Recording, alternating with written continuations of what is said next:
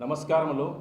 తెలుగు జాతి, తెలుగు ప్రజలు, తెలుగు ప్రాంత వాసులు ఎక్కడున్నా కానీ అందరికీ తెలుగుదేశం పార్టీ జిల్లా కార్యాలయం నుంచి అందరికీ శుభాభివందనములు.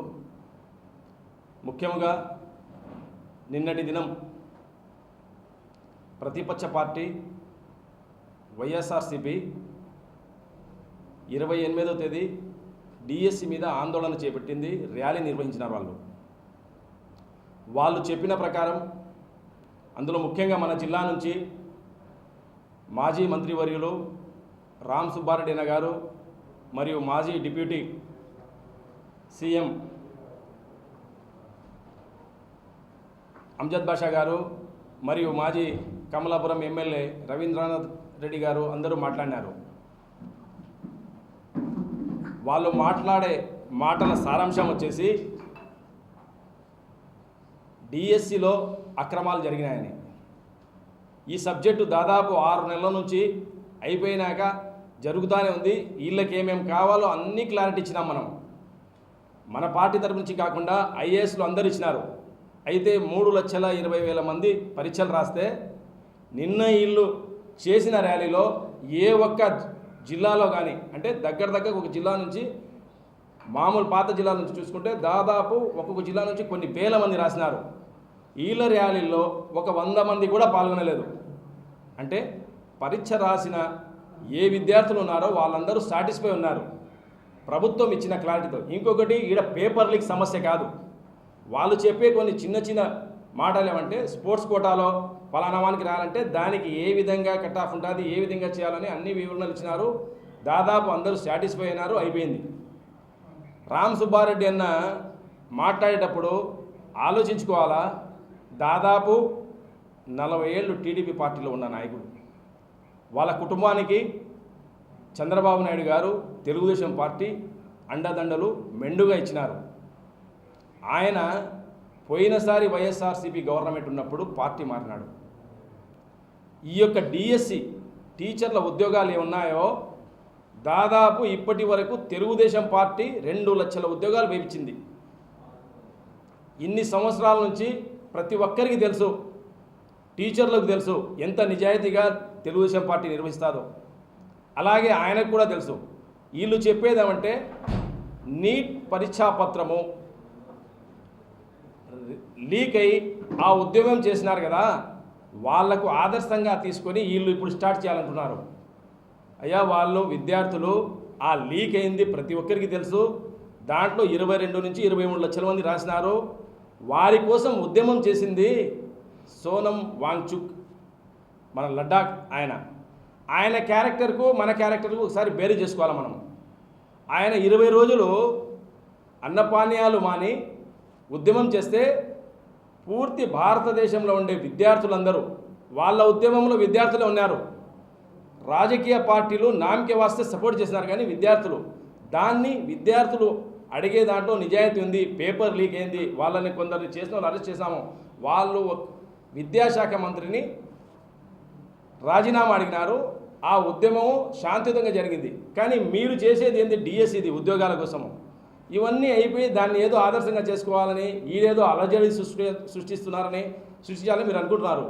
మీరు ఏమడిగిన క్వశ్చన్లకు కానీ మన ఆదర్శ నాయకుడు, భవిష్యత్తు నాయకుడు నారా లోకేష్ గారు చర్చకు సిద్ధం అన్నారు. మీరేం చేయాలా? చర్చకు సిద్ధం, రండి, మాట్లాడాలా, ఏం జరిగినా నిర్మించాలా. లేకుంటే మనం చేసింది ఉంటే కోర్టులు ఉన్నాయి, మీరు కోర్టుకు పోవచ్చు కదా. కోర్టుకు పోరు మీరు. కోర్టుకు పోయినా కోర్టు మీకు రిజెక్ట్ చేస్తూ ఉంది. ఎందుకు? ఆడ జరగలేదు కాబట్టి. ఏదో విధంగా ప్రజల్లో తెలుగుదేశం పార్టీకి మంచి ఆదరణ ఉంది. ఈ యొక్క ఆదరణను చూసి ఓర్వలేక మీరు ఏదో ఒకటి ప్రజల్లో టీడీపీ పార్టీ ఇంటింటికి తెలుగుదేశం పోతా ఉంది. ఆ ఇంటింటికి తెలుగుదేశం పోయినప్పుడు ప్రజలకు వాళ్ళు దగ్గర అవుతారని ఏదో ఒకటి చేయాలని మీరు కూడా ఒకటి చేశారు. కానీ మీ దాంట్లోకి విద్యార్థులు రాలేదు, మీకు ఒక సబ్జెక్టు ఒకటి ఏది లేదు, ఎజెండా లేదు, ఊరికి వచ్చినారు. ఇంకొకటి పరిశ్రమల పరంగా మీరు ఒకసారి మీ నాయకుడిని అడగండి, 5 ఏళ్ల మీ పాలనలో ఒక్క పరిశ్రమ మన కడప జిల్లాకు చూద్దామని తెచ్చినాడా? రాయలసీమకు కూడా తెచ్చినాడా మీ నాయకుడు? తేలా.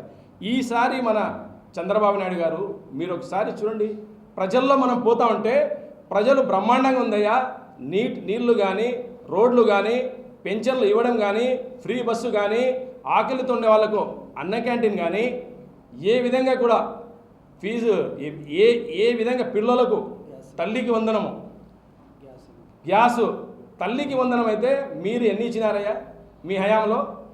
42 లక్షల మందికి ఇచ్చినారు పోయినసారి లాస్ట్. మనం ఎంత ఇచ్చినాము? 67 లక్షల చిల్లర మందికి ఇచ్చినాం మనము. ఇంకొకటి అవుట్సోర్సింగ్ ఉండే వాళ్ళకు కూడా 40,000 మంది పెంచినారు కొందరికి. ఇది చంద్రబాబు యొక్క పాలన. మీరు ఇచ్చింది 6,000 కోట్లు అయితే చంద్రబాబు గారు 10,000 చిల్లర కోట్లు ఇస్తున్నారు. ఒకసారి బేరీ చేసుకోండి, మీరు చేసే పనులకు మేము చేసే పనులకు. ఏదైనా మాట్లాడేటప్పుడు ఆలోచించాలా. రామ్ సుబ్బారెడ్డి లాంటి వ్యక్తి మాట్లాడుతుంటే నాకు బాధలేస్తుంది. నాయన, నువ్వు టీడీపీలో క్రమశిక్షణ గల పార్టీలో ఉన్నావు, ఇప్పుడు వైసీపీలోకి పోయినాక నీకు క్రమశిక్షణ గల పార్టీ అది, దాంట్లో ఏమైనా క్రమశిక్షణ ఉందా? ఎవరు ఎప్పుడు ఏం చేస్తారో, ఎవరు ఉంటారో, ఎవరు చంపేస్తారో, ఎవరు చనిపోతారో కూడా తెలియని పార్టీ.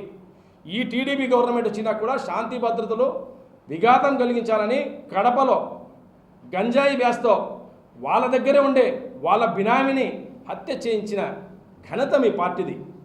స్కిల్ డెవలప్మెంట్ అంటే మనం వస్తే స్కామ్ డెవలప్మెంట్లు మీరు చేస్తారు, ప్రతి ఒక్క దాంట్లో స్కామ్లు. ఈరోజు జగన్ గారి పిఏ ఎక్కడున్నారు? జగన్ గారి అత్యంత సన్నిహితులు ఉన్నారు. లిక్కర్ స్కాము ఏదైనా చూడండి, లిక్కర్ది అయితే ఎంత నాసిరకం లిక్కర్ మీ హయాంలో జరిగింది. ఆ లిక్కర్లో అన్ని కల్తీలే. దాదాపు 30,000 మందికి పైన లివర్తో చనిపోయినారు మీ హయాంలో. ఈ 2 సంవత్సరాల్లో ఎవరన్నా విన్నారా? ఎందుకు? మీకు ఎంతసేపు ఉన్నా ధనార్జనే, ప్రజలకు ఏం మేలు చేస్తామని లేదు. ఈరోజు అమరావతి పనులు ఎంత వేగవంతంగా జరుగుతున్నాయి ఒక్కసారి చూడండి. ఆయన అంజద్ బాషా ఏం మాట్లాడతాడో ఆయనకే తెలియదు.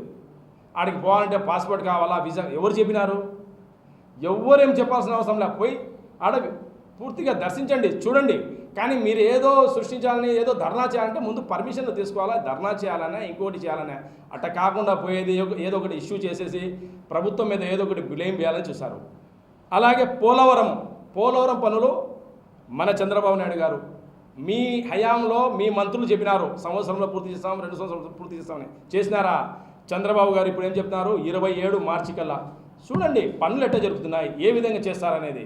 ఒక నిజాయితీ గల అభివృద్ధి గల నాయకుడు ఇట్టే చేస్తారు. మా నాయకుడు అభివృద్ధి, మీ నాయకుడిది దుర్బుద్ధి. మీ దుర్బుద్ధితో మీరు చేయలేక ఎంతసేపు ఉన్నా కానీ కింది నుంచి పైదాకా ఎవరు ఏం మాట్లాడతాడో మీ మాటలకు, మీ నాయకుని మాటలకు, మీ కార్యకర్తల మాటలకు సంబంధమే ఉండదు. ఒక ఆయన అంటాడు మా గవర్నమెంట్ వచ్చినాక 6 నెలల్లో ఊరికే ఊచకూతనే జరుగుతుంది అంటారు. ఒక నాయకుడు అంటాడు మా జగన్ చెప్పినా మనం వినే స్థితిలో ఉండం ఆ రోజు అంటాడు. డైరెక్ట్ ఆయనే చెప్తాడు ముఖ్యమంత్రి, అవును నేను చెప్పిన వినే స్థితిలో ఉండాలి. కానీ చంద్రబాబు తెలుగుదేశం పార్టీ అట్ట కాదు. చిన్న కార్యకర్త కాడ నుంచి పైన నాయకుడు దాకా మనం పద్ధతిగా క్రమశిక్షణగా ఒకే మాట చెప్తాము. ఏదైనా కానీ అభివృద్ధి మీద, రాష్ట్రం అంటే ఆంధ్రప్రదేశ్ అంటే చంద్రబాబు అంటే అభివృద్ధి, ఈ విధంగా సాగుతుంది. అంతేగాని మీలాగా పరిశ్రమలను వాపసు పంపించిన ఘనత మీది. అమర్ రాజా బ్యాటరీలది మన ఇండియాలోనే 2వ అతిపెద్ద పరిశ్రమ. అలాంటి వారిని మీరు పక్కకు పంపించారు. పక్క రాష్ట్రంలో ఈరోజు 9,000 నుంచి 15,000 ఉద్యోగాలు వేరే తెలంగాణ రాష్ట్రంలో వస్తున్నాయి. ఇవన్నీ చేసిన ఘనత మీది. మా హయాంలో ఎక్కడున్న పరిశ్రమలు చంద్రబాబు నాయుడు గారు, లోకేష్ గారు ప్రతి ఒక్కటి ఈ రాష్ట్రం కోసం ఏం కావాలా, తెలుగు జాతి కోసం ఏం కావాలా, తెలుగు ప్రజల కోసం ఏం కావాలా, ఆరోగ్యపరంగా కానీ, విద్యాపరంగా కానీ, ఏ విధంగా పరిశ్రమల పరంగా కానీ, ఏ విధంగా చూసినా శాంతి భద్రతలు కానీ, ఏ విధంగా చూసుకున్నా కానీ బ్రహ్మాండంగా అభివృద్ధి బాటలు కానీ, సంక్షేమ పథకాలు కానీ ఇండ్లకాడికి పోయి మేము అడుగుతుంటే అయ్యా ఏ సమస్యలు లేవు, బ్రహ్మాండంగా ఉన్నాయి, మేము అడగక ముందే అన్నీ ఇస్తున్నాడు, సిలిండర్లు కానీ ప్రతి ఒక్కటి ఇస్తున్నాడు చంద్రబాబు నాయుడు. మళ్ళీ చంద్రబాబు నాయుడు ఉండాలా, ప్రశాంతంగా ఉంది, ఇలాంటి పాలనే కావాలా. మాకు తెలుగుదేశం పార్టీ ఉంటేనే భరోసా, ప్రతి తెలుగుదేశం పార్టీ అంటేనే నమ్మకము. అలాంటి పార్టీలు ఓటు వేసి గెలిపించుకున్నాము, మళ్ళీ వచ్చిన తెలుగుదేశం పార్టీకి గెలిపించుకుంటామని ప్రజలు అందరూ హర్షధ్వానాలతో మనకు స్వాగతం పలుకుతున్నారు. మరొకసారి చెప్పేదేమంటే ప్రతిపక్షాలకు అజెండా ఏమీ లేదు, ఏదో ఒకటి చెప్తే జరుగుతుంది. ప్రజలు అంటున్నారు ఏమి కాదు, 29లో కూడా మీరు జీరోనే. ఖచ్చితంగా మళ్ళీ తెలుగుదేశం పార్టీ ఇస్తుంది. మనమందరం వచ్చే స్థానిక సంస్థల ఎన్నికల్లో తెలుగుదేశం పార్టీని 100% గెలిపించుకుంటాం. ప్రజలు మాతోనే ఉన్నారు. జై తెలుగుదేశం, జై హింద్.